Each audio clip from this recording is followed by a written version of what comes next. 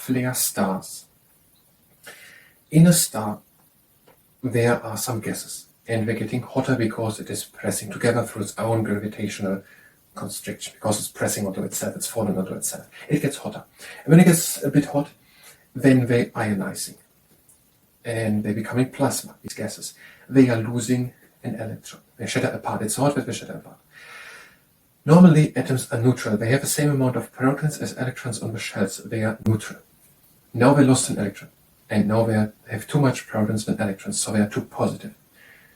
And they are no longer neutral, but they now a positive, negative charge technically. A positive charge, no. And such a star is circling. And whenever something is circling which has an electrical charge, which it has because it's not positive, that has a magnetic field. Every current has a magnetic field. That thing has no magnetic field, such a star, a T Tauri star, a neutron star, or here flare stars. In flare stars, there accumulates this magnetic field, this force, this energy under the surface, typically near the sunspots. The sun has, but also these are the solar flares. So the energy is accumulating and then suddenly bursting out. All this magnetic energy is bursting out. And that has a lot of energy. It can be 6 septillion joules of energy. That is a very big number. Or 160 billion megatons. And it bursts suddenly out. One of these stars is UVCT. And if that thing has its flare episode, it gets 75 times as bright as usual. And it happens only in stars which are quite cool, so that it can accumulate. It's accumulating, they're not so hot, not so much radiating, they're quite cool, and then suddenly it bursts out. For example, Proxima Centauri, which is a red dwarf, so a bit slow burning star, and then suddenly it bursts out. And that is according to Mark A. Carnick's Cosmic Melancholy book on the page 56. And welcome. I'm trying to learn helioscience today, flare stars, and after we've done with it, we're gonna do leg injury prevention training. And if you participate in the leg injury prevention training, that's at your risk. Flare stars, stellar magnets. Astronomers frequently encounter magnetic fields which permeate the great gas clouds or nebulae throughout interstellar space. So there are magnetic fields which permeate, I don't know what the word really means, great gas clouds or nebula throughout the interstellar space. Most solar systems, planets, have magnetic fields, and we have already encountered them in association with some stars, T Tauri stars and neutron stars. The T Tauri stars, they had for some reason magnetic fields, I don't know the word for it, going through the fields around them and sucking in all the gases, and when they come in, they're having a big stream outwards, but I don't know for what reason.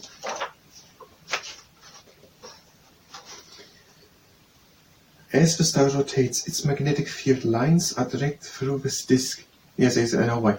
Because it's moving electron. Since a moving charge constitutes an electric charge, it is a moving charge because it's circling, so it's moving, and it's also charged because they have ionized. The gases, they were shaken up, the atoms were shaken apart, and they lost an electron or something, and they are no longer neutral, the atoms, but they are charged. They are positive or negative or something. I think it is positive. They said it somewhere else, that they are positive. And now being positive, they are charged and they're moving around all the particles. So the atoms are in it, and when they're shaken up, they're losing an electron. They are now charged with positive because they have no more protons than electrons because they lost one. It was equal. And now these electrons are just moving around in the T Tauri star, and therefore it is an electric moving charge. And that thing has now, as any moving electric charge, a magnetic field, and that is streams of gas are sucked out, basically, sucked out of the disk and pulled along the field lines. The magnetic field lines are direct through the disk of this disk of protoplanetary disk. Now there's a magnetic field because it's a moving electric charge with magnetic field around it, and the neutron stars, they were also, for what reason did I just forgot? It was because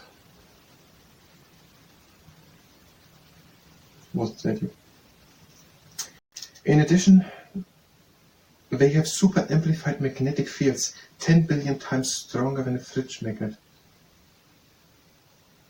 Okay, we didn't say why, but it might be something similar. Okay, magnetic field. We wanted to just say it as that there's something going on with which we are a little bit at least familiar. In a particularly potent class of neutron stars, known quite fittingly as magnetas, the field strength is so intense that it could wipe credit cards and drip katane, whatever it is, out of your hand from a distance of halfway to the moon. The so-called flare stars, while not quite as extreme, are no less awesome. So there exist magnetas, and they have for some reason such a strong magnetic field, so not gravitation but magnetic field like a magnet, that they could wipe out credit cards. Flare stars are not so extreme but also awesome. Flare stars are those in which magnetic activity causes the stars to brighten suddenly with brief violent bursts of energy. So they brighten suddenly because of a magnetic activity, and then they're bursting out suddenly and briefly energy. Similar events take place on the sun, solar flares. So it gets suddenly brighter and there are coming violent bursts of energy. These occur when magnetic energy accumulates in the sun's atmosphere and is suddenly released, usually close to the zones around sunspots. Magnetic energy accumulates in the atmosphere for some reason, and then suddenly is it released. Do these spots have something to do with it? To give some perspective of solar flare releases energy equivalent to around, we're going to talk now a bit about atomic war.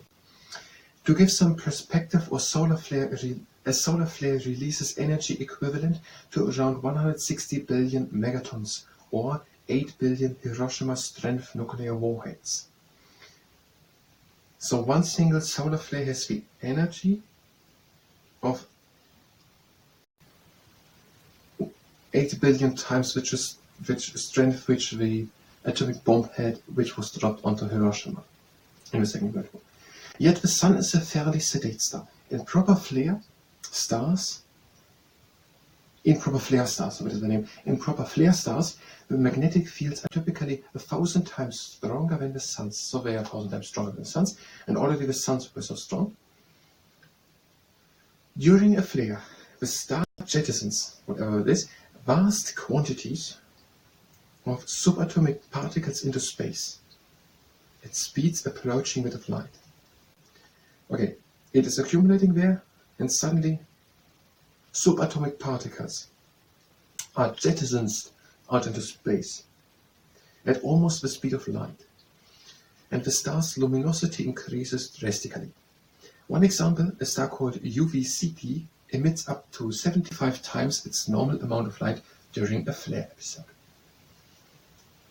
The flaring phenomenon works only in relatively cool stars, yellow, orange or red, and the overwhelming majority of them are red dwarfs. Indeed, the red dwarf Proxima Centauri is also a flare star. More recently, astronomers have discovered flaring activity in star-like objects called brown dwarfs, which we will meet next. There's the brown dwarfs.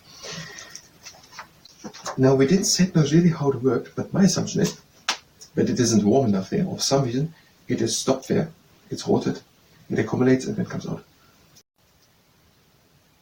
Whatever, maybe we're going to explain it when we're talking about brown stars. And that was the heliology part. If you were here for heliology, you can go directly to the next part of heliology, where we will talk about the brown dwarfs or stars, whatever it was. If you stay here and participate in the leg injury prevention training, then it's better at your own risk. Good standing leg and swing the foot in front and to the side.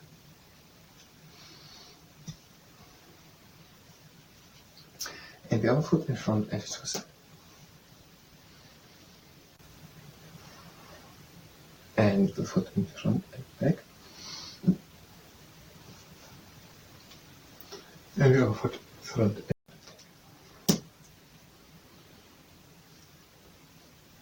One leg up, hands out, and our cross. Straight over. middle, over, middle, down. Leg up, over, cross, further, middle, over, middle, down. One leg up and twist up to the side. Other leg up to the side. And stand good on one leg. Wrist can go onto the knee. Turn over, down, over, up. Stand good. Turn over, down, over, and up. And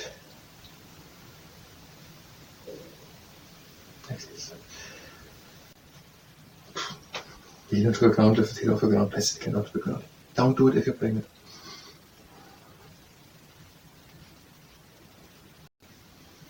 Other heel onto the ground.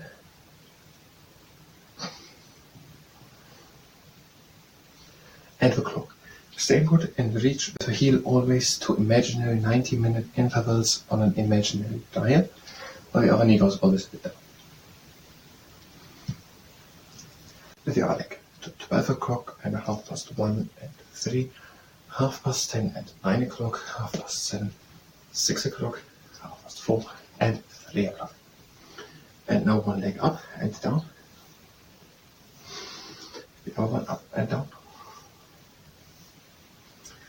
Stand good on one leg, the other leg in and out.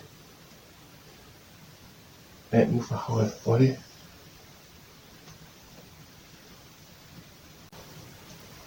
And the other leg, the leg in and out. Move the whole body. And relax the sides, breathing it down. And breathe out. In and up. And out. Breathe in and close the legs. And breathing out. That was leg injury prevention training. I thank you very much and have a nice time.